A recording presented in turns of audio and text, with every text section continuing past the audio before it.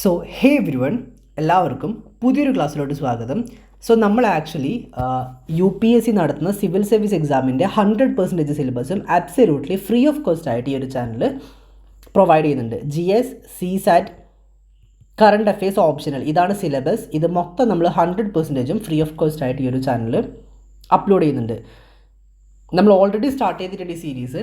2026 exam attend ചെയ്യാൻ പോകുന്ന ആൾക്കാർക്ക് അബ്സല്യൂട്ട്ലി ഇത് ഹെൽപ്ഫുൾ ആയിരിക്കും. 27 ആണെങ്കിലും ഇത് തന്നെ കണ്ട് പഠിച്ചാൽ മതി. നിങ്ങൾ ചെയ്യേണ്ട കാര്യം, നമ്മുടെ ഈ ഒരു ക്ലാസ് ഉണ്ടല്ലോ, ഇപ്പോൾ നിങ്ങൾ കാണുന്ന ക്ലാസ്, ഇപ്പോൾ നിങ്ങൾ ഈ കാണുന്ന ക്ലാസ്സിൻ്റെ ഡിസ്ക്രിപ്ഷൻ ബോക്സിൽ നിന്ന് എടുക്കുക. എങ്ങനെയാണ് ഡിസ്ക്രിപ്ഷൻ ബോക്സ് എടുക്കേണ്ടത്? നിങ്ങൾ ജസ്റ്റ് ഇത് ബാക്കിലോട്ട് ക്ലിക്ക് ചെയ്യുന്ന സമയത്ത് നിങ്ങൾക്ക് ഇങ്ങനെ ഒരു ടൈറ്റിൽ കാണാൻ വേണ്ടി പറ്റും. ലെക്ചർ നമ്പർ 1 എന്നൊക്കെ പറഞ്ഞൊരു ടൈറ്റിൽ കാണാൻ വേണ്ടി പറ്റും. മേ ബി ഇത് ലെക്ചർ നമ്പർ 2 ആയിരിക്കാം. ഓക്കെ, എനിവേ നിങ്ങൾ എന്ത് ചെയ്യണം, നിങ്ങൾ ജസ്റ്റ് ഈ ഒരു ടൈറ്റിൽ നിങ്ങൾ ക്ലിക്ക് ചെയ്യണം. ഈ ഒരു ടൈറ്റിൽ നിങ്ങൾ ക്ലിക്ക് ചെയ്യുന്ന സമയത്ത് എന്താവും, ഒരു വിൻഡോ ഓപ്പൺ ആവും. ഇതാണ് ആ വിൻഡോ. ഇതിൽ മോർ ക്ലിക്ക് ചെയ്യുക. മോർ ക്ലിക്ക് ചെയ്യുമ്പോൾ താഴോട്ട് വരുമ്പോൾ ഇവിടെ ഓറിയൻറ്റേഷൻ ക്ലാസ് എന്ന് പറഞ്ഞൊരു ലിങ്ക് ഉണ്ട്. ഇത് ആദ്യം കാണുക. ഇത് ഫസ്റ്റ് ക്ലാസ് ആണ്. നിങ്ങളുടെ എക്സാം എന്താണ്, സിലബസ് എന്താണ്, എവ്രിത്തിങ്, ഈച്ച് ആൻഡ് എവ്രിത്തിങ് അതിൽ ഡീറ്റെയിൽഡ് എക്സ്പ്ലെയിൻ ചെയ്യുന്നുണ്ട്. അത് കണ്ടതിന് ശേഷം ഞാൻ ഇതിൻ്റെ തൊട്ട് താഴെ ഇവിടെ ആയിട്ട് എന്ത് കൊടുക്കാം, തൊട്ട് താഴെ ഇവിടെ ആയിട്ട് നമ്മുടെ ലെക്ചർ നമ്പർ 1ൻ്റെ ലിങ്ക് കൊടുക്കാം. ലെക്ചർ നമ്പർ 1 കണ്ടതിന് ശേഷം മാത്രമേ ലെക്ചർ നമ്പർ 1ൻ്റെ പാർട്ട് 2 ആയിട്ടുള്ള ഈ ഒരു ക്ലാസ് നിങ്ങൾ കാണാൻ വേണ്ടി പാടുള്ളൂ. സോ അങ്ങനെ സീക്വൻഷ്യൽ മാനറിൽ പോവാം. പ്ലസ് എന്ത് ചെയ്തിട്ടുണ്ട്, ഹിസ്റ്ററി മാത്രം എടുത്തിട്ട് പോയാൽ നമ്മൾ സിലബസ് കവർ ആവില്ല. ഹിസ്റ്ററിയുടെ ഒന്ന് വെച്ചാൽ അലോങ് വിത്ത് ഹിസ്റ്ററി നമ്മൾ ജോഗ്രഫിയും സ്റ്റാർട്ട് ചെയ്തിട്ടുണ്ട്. ജോഗ്രഫി ഇവിടെ ക്ലിക്ക് ചെയ്ത് ജോഗ്രഫി ക്ലാസ് കാണാം. സോ ജോഗ്രഫി ഫസ്റ്റ് ക്ലാസ് കാണുക, ഹിസ്റ്ററി ഫസ്റ്റ് ക്ലാസ് കാണാം, എന്നിട്ട് ഹിസ്റ്ററി സെക്കൻഡ് ക്ലാസ് കാണാം. ബട്ട് ആദ്യം ഓറിയൻറ്റേഷൻ ക്ലാസ് കാണാം. ഓക്കെ, സോ കൂടുതൽ പറഞ്ഞ് ബോറടിപ്പിക്കുന്നില്ല, നമുക്ക് നമ്മുടെ സിലബസിലേക്ക് പോകാം. ബട്ട് ബിഫോർ ദാറ്റ് നമ്മൾ ലാസ്റ്റ് ക്ലാസ്സിൽ പറഞ്ഞൊന്ന് റീക്യാപ്പ് ചെയ്യണമല്ലോ. ചെയ്യേണ്ട പഠിച്ചിട്ട് കാര്യമില്ല. സോ ലാസ്റ്റ് ക്ലാസ്സിൽ നമ്മൾ പറഞ്ഞ 3 കാര്യങ്ങൾ: 1 പ്രീ ഹിസ്റ്റോറിക് എറ, 2 പ്രോട്ടോ ഹിസ്റ്റോറിക് എറ, 3 ഹിസ്റ്റോറിക് എറ. ഇതിൻ്റെ ഡിഫറൻസ് എന്താണെന്നറിയോ? പ്രീ ഹിസ്റ്റോറിക് എറ എന്ന് വെച്ചാൽ no written evidence, reading is not possible എന്ന് വെച്ചാൽ അന്ന് കാലത്ത് ആരും അവരുടെ പാസ്റ്റ് എന്തായിരുന്നു, അവരെങ്ങനെയാണ് ജീവിച്ചെന്ന് എഴുതി വെച്ചിട്ടില്ല. അതുകൊണ്ട് തന്നെ വായിക്കാനും നമ്മളെ കൊണ്ട് പറ്റില്ല. നമുക്ക് അവരുടെ കിട്ടിയിട്ടുള്ള കുറച്ച് ബോഡി പാർട്സ്, സ്കള്ളും ബോൺ പാർട്ടൊക്കെ വെച്ചിട്ടാണ് നമ്മൾ ഏകദേശം പ്രീ ഹിസ്റ്റോറിക് എറ ഒന്ന് കൗണ്ട് ചെയ്യുന്നത്. പ്രോട്ടോ ഹിസ്റ്റോറിക് എറ നല്ല കോമഡിയാണ്. റിട്ടൺ എവിഡൻസ് അവിടെ ഉണ്ട്. Written evidence is there but reading is not possible. But ഇത് കുറച്ചും കൂടെ ലൈറ്റ് ആയിപ്പോയല്ലേ, just a second. But reading is not possible എന്ന് വെച്ചാൽ അവർ പ്രോട്ടോ ഹിസ്റ്റോറിക് എറയിൽ ജീവിച്ച ആൾക്കാർ അവരുടെ പാസ്റ്റ് എന്താണ്, അവരെങ്ങനെയാണ് ജീവിച്ചതെന്ന് എഴുതി വെച്ചിട്ടുണ്ട്. അത് ഡീകോഡ് ചെയ്യാൻ ഇന്നത്തെ കാലത്ത് ഒരു മനുഷ്യനെ കൊണ്ടുപോവില്ല. അത് ഏത് ലാംഗ്വേജ് ആണെന്നുള്ളത് ഒരു മനുഷ്യനും അറിയില്ല.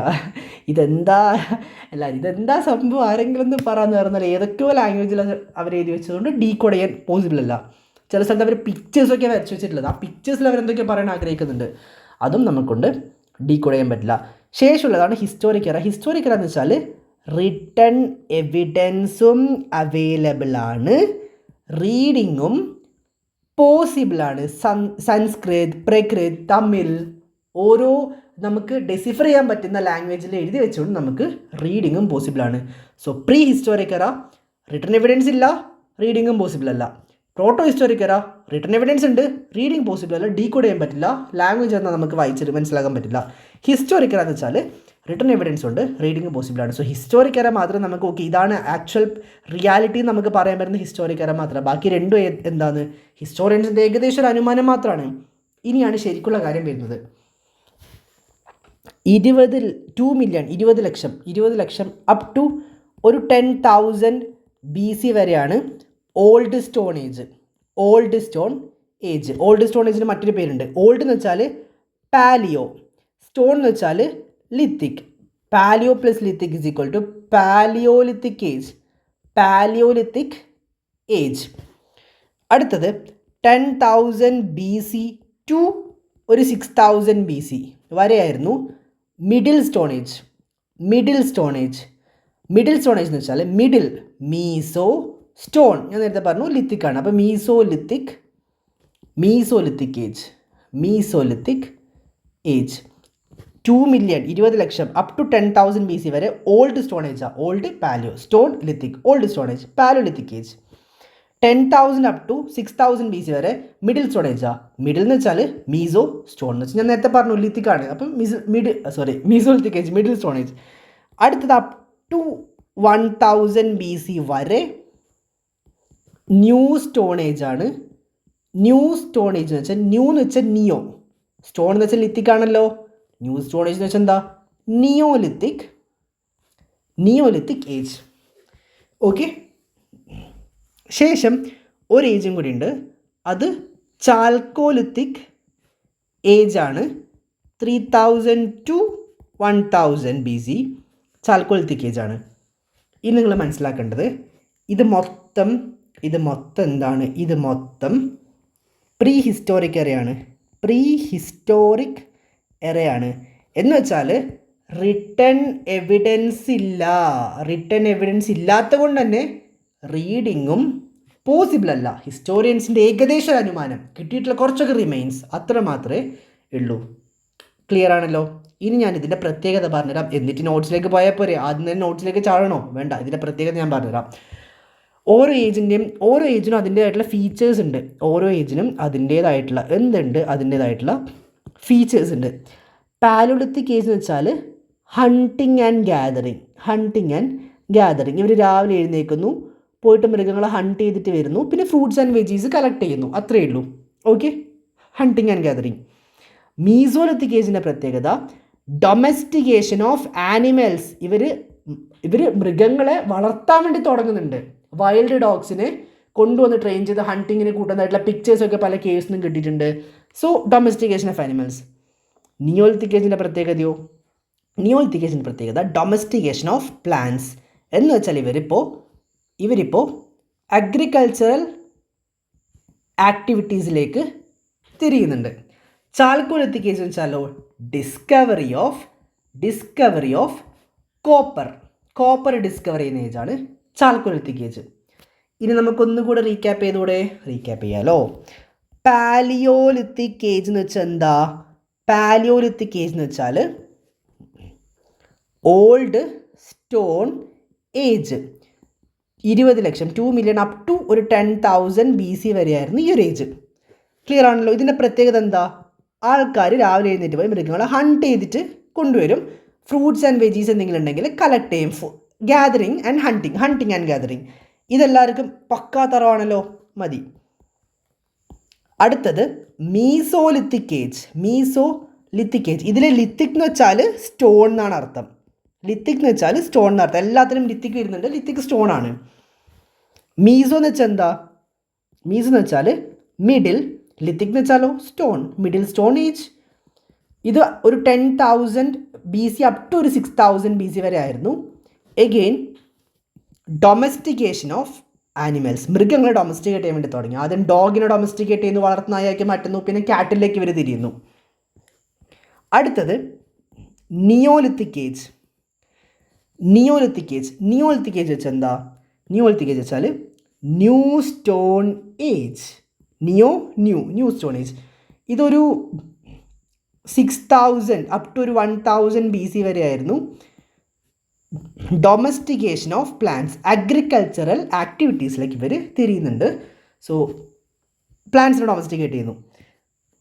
അടുത്തത് ചാൽക്കോലിത്തിക് ഏജ് ആണ്. ചാൽക്കോലിത്തിക് ഏജ് എന്ന് വെച്ചാൽ ഡിസ്കവറി ഓഫ് കോപ്പർ. ഇപ്പോൾ ഇവർ കോപ്പർ ഡിസ്കവർ ചെയ്യുന്നുണ്ട്. ഇത് ഒരു 3,000 BC അപ് ടു ഒരു 1,000 BC വരെ ആയിരുന്നു. ഇതിൽ നിങ്ങൾ മനസ്സിലാക്കേണ്ട കാര്യം, നിങ്ങളിപ്പോൾ NCERT, standard books, European context, Asian context, American context, ഓരോ കോണ്ടെക്സ്റ്റ് നോക്കുമ്പോഴും ഈ വർഷങ്ങളിൽ വ്യത്യാസം ഉണ്ടാകും. ചില സ്ഥലത്ത് 2 മില്യൺ ടു 10,000, ചില സ്ഥലത്ത് 2 മില്യൺ ടു 12,000, ചില സ്ഥലത്ത് 2 മില്യൺ ടു 8,000 വ്യത്യാസം ഉണ്ടാവും. ആൻഷ്യൻ ഹിസ്റ്ററിയിൽ ഈ വർഷങ്ങൾ ഭയങ്കര ഇമ്പോർട്ടൻ്റ് അല്ല. ഓക്കെ, ഇത് ചിലപ്പോൾ 10,000 to 6,000 കാണാം, ചിലപ്പോൾ വേറെ സ്ഥലത്ത് 8,000 to 1,000 കാണാം, 3,000 കാണാം, എന്ത് വേണമെങ്കിലും കാണാം. അവിടെ കൺഫ്യൂഷൻസ് ഉണ്ടാവരുത്. ഏതെങ്കിലും ഒന്ന് മനസ്സിൽ ഉറപ്പിക്കുക. ഒന്നുകിൽ NCERT അല്ലെങ്കിൽ സ്റ്റാൻഡേർഡ് ബുക്ക് ഏതെങ്കിലും ഒന്നിൽ കൊടുത്തുള്ള ടൈം പീരീഡ് ഓർമ്മിക്കുക. അത് തന്നെ ആയിരിക്കണം പിന്നെ നിങ്ങൾ മെയിൻസിൽ യൂസ് ചെയ്യേണ്ടത്. പ്രിലിംസിൽ എന്തായാലും വർഷങ്ങൾ ബേസ് ചെയ്തിട്ടുള്ള ക്വസ്റ്റ്യൻസ് അങ്ങനെ ഉണ്ടാവില്ല. ആൻഷ്യൻ ഹിസ്റ്ററിയിൽ ഇത്തരത്തിൽ വർഷങ്ങൾ ബേസ് ചെയ്തിട്ടുള്ള ക്വസ്റ്റ്യൻസ് ഒന്നും ഉണ്ടാവില്ല. മെയിൻസിൽ എഴുതുമ്പോൾ യൂസ് ചെയ്യുമ്പോൾ 2 million two 10,000, 10,000 to 6,000, 6,000 to 1,000, 3,000 to 1,000 ഇതന്നെ യൂസ് ചെയ്താൽ മതി. വലിയ വ്യത്യാസമില്ല. ഓരോ ബുക്സിൽ ഓരോന്നും ഉണ്ടാവും. കാരണം ഞാൻ പറഞ്ഞല്ലോ പ്രീ ഹിസ്റ്റോറിക്കറിയാണ്. റിട്ടൺ എവിഡൻസ് ഇല്ല, റീഡിങ് എവിഡൻസ് ഇല്ല. ഓരോ ഹിസ്റ്റോറിയൻസ് അവർക്ക് തോന്നുന്ന പോലെ കൊടുത്തിട്ടുള്ള ടൈം പീരീഡാണ് ആക്ച്വലി ഇത് ബേസ് ചെയ്തിട്ടാണ് അടുത്ത നിങ്ങളുടെ ഒരു 3-4 ലെക്ചേഴ്സ് ഇത് ബേസ് ചെയ്തിട്ടാണ് പോകാൻ പോകുന്നത്. എന്ന് വെച്ചാൽ palaeolithic age hunting gathering, mesolithic age domestication of animals, neolithic age domestication of plants, chalcolithic age discovery of copper. ഇനി എനിക്കൊരു കാര്യം പറയാനുണ്ട്. എന്താണെന്ന് വെച്ചാൽ ഞാൻ ഇതിൻ്റെ നോട്ട്സ് നിങ്ങൾക്ക് ഗ്രൂപ്പിൽ പ്രൊവൈഡ് ചെയ്യാം. ഇന്ന് ഗ്രൂപ്പിൽ ജോയിൻ ചെയ്യുക. ഞാൻ 10 മിനിറ്റ്സ് ദീർഘ്യമുള്ള ക്ലാസ്സസ് ആയിരിക്കും അപ്ലോഡ് ചെയ്യുക യൂട്യൂബിൽ. കാരണം എനിക്ക് എൻ്റേതായിട്ടുള്ള ഒരു പേഴ്സണൽ പെയ്ഡ് ബാച്ച് കൂടി എനിക്കുണ്ട്. മന്ത്ലി 500 റുപ്പീസ് മാത്രം ഫീസ് വരുന്ന പെയ്ഡ് ബാച്ച് നമുക്ക് അവൈലബിൾ ആണ്. എൻ്റെ ഡയറക്റ്റ് മെൻറ്റർഷിപ്പിലാണ് ആ ബാച്ച് നടക്കുന്നുള്ളത്. സോ അതിലേക്ക് ജോയിൻ ചെയ്യണം. എൻ്റെ ഡയറക്റ്റ് മെൻറ്റർഷിപ്പ് വേണമെങ്കിൽ വാട്സപ്പ് ഗ്രൂപ്പിൽ ജോയിൻ ചെയ്യുക. അഡ്മിനാണ്, എന്നെ കോൺടാക്ട് ചെയ്യാവുന്നതാണ്. സോ അതിലേക്ക് ജോയിൻ ചെയ്യാവുന്നതാണ്. August 5 ഏറ്റവും ലേറ്റസ്റ്റ് ബാച്ച് സ്റ്റാർട്ട് ചെയ്യുന്നത്. അതിലേക്ക് ജോയിൻ ചെയ്തില്ലെങ്കിലും കുഴപ്പമില്ല. യൂട്യൂബിൽ ക്ലാസ്സസ് ഞാൻ അപ്ലോഡ് ചെയ്യും. എല്ലാ ദിവസവും 10 മിനിറ്റ്സ് ദീർഘ്യമുള്ള 3 അല്ലെങ്കിൽ ഒരു 5 ക്ലാസ് വെച്ചിട്ടായിരിക്കും ഞാൻ അപ്ലോഡ് ചെയ്യുക. ഒരു 3 ക്ലാസ് ഹിസ്റ്ററി, 2 ക്ലാസ് ജോഗ്രഫി, അങ്ങനെ ആയിരിക്കും ഞാൻ മിക്കവാറും അപ്ലോഡ് ചെയ്യുക. സോ 10 മിനിറ്റ് എനിക്ക് ഇങ്ങോട്ടേക്ക് ഇൻവെസ്റ്റ് ചെയ്യാനായിട്ടുള്ളൂ. കാരണം അപ്പുറത്ത് ഇതിനേക്കാളും വലിയ ജോലി എനിക്കുണ്ട്. എൻ്റെ പേഴ്സണൽ മെൻറ്റർഷിപ്പിലെ ബാച്ച് ഉണ്ട്. സോ നിങ്ങൾക്ക് താല്പര്യമുണ്ടെങ്കിൽ ആ ബാച്ചിൽ ജോയിൻ ചെയ്യാം. അല്ല അതിന് താല്പര്യമില്ല, ഫ്രീ ഓഫ് കോസ്റ്റ് ആയിട്ട് തന്നെ വേണമെന്നാണ് യൂട്യൂബിൽ തന്നെ തരുന്ന ക്ലാസ് കാണുക. പ്ലസ് ഒരു കാര്യം, ഞാൻ തരുന്ന ഈ ക്ലാസ് കണ്ട് കംഫർട്ടബിൾ ആണ്. ഇതൊക്കെയാണ് ഡെമോ എന്ന് പറയുന്നത്. ഇത് കണ്ട് കംഫർട്ടബിൾ ആണ്, നിങ്ങൾ ഓക്കെയാണ് എൻ്റെ ക്ലാസ്സിൽ മനസ്സിലാവുന്നതാണെങ്കിൽ മാത്രം പെയ്ഡ് ബാച്ചിൽ ജോയിൻ ചെയ്താൽ മതി. അല്ലാതെ ആരും ഫീ പേ ചെയ്തിട്ട് വെറുതെ പൈസ കളയാനായിട്ട് വരണ്ട. ഈ ഡെമോ ക്ലാസ് കണ്ട് ഓക്കെ സാറിൻ്റെ ക്ലാസ് കംഫർട്ടബിൾ ആണ്, മനസ്സിലാവുന്നുണ്ടെന്ന് തോന്നുന്നുണ്ടെങ്കിൽ പെയ്ഡ് ബാച്ചിലേക്ക് ജോയിൻ ചെയ്യാം. അല്ലാന്നാണെങ്കിൽ ജോയിൻ ചെയ്യേണ്ടതായിട്ടില്ല. പ്ലസ് യൂട്യൂബിൽ ഈ ഒരു സീരീസ് ഫ്രീ ഓഫ് കോസ്റ്റ് ആയിട്ട് പ്രൊവൈഡ് ചെയ്യും. മെൻറ്റർഷിപ്പ് ഉണ്ടാവില്ല എന്ന് മാത്രമല്ല, മെൻറ്റർഷിപ്പ് വേണമെങ്കിൽ എൻ്റെ പേഴ്സണൽ ബാച്ചിൽ ജോയിൻ ചെയ്യാം. സോ എന്തായാലും എല്ലാ ദിവസവും ക്ലാസ് ഉണ്ടാവും. ഞാൻ എത്ര ക്ലാസ് അപ്ലോഡ് ചെയ്യണം, എങ്ങനെ അപ്ലോഡ് ചെയ്യണം, അതിനെക്കുറിച്ചൊരു ധാരണ വരാൻ പോകുന്നേ ഉള്ളൂ. ചിലപ്പോൾ ഞാൻ എന്തായാലും 10 മിനിറ്റ് ദീർഘ്യമുള്ള ക്ലാസ് ഉണ്ടാവുള്ളൂ. ചിലപ്പോൾ 10 മിനിറ്റ്സിൻ്റെ ടോട്ടൽ ഒരു 5 ക്ലാസ്, അല്ലെങ്കിൽ 10 മിനിറ്റ്സിൻ്റെ ഒരു 10 ക്ലാസ്, ആ ഒരു രീതിയിൽ ഞാൻ അപ്ലോഡ് ചെയ്യും. എനിവേ എന്തെങ്കിലും ഡൗട്ട്സ് ഉണ്ടെങ്കിൽ ചോദിക്കുക. ഇത് ബേസ് ചെയ്തിട്ടും എന്ത് ഡൗട്ട്സ് ഉണ്ടെങ്കിലും നിങ്ങൾ ചോദിക്കാവുന്നതാണ്. Comment section is there always there for you. Open ആക്കി വെച്ചിട്ടുണ്ട് കമൻറ്റ് സെക്ഷൻ. എന്ത് ഡൗട്ടെങ്കിലും ചോദിക്കുക. And thank you so much guys. Thanks a lot.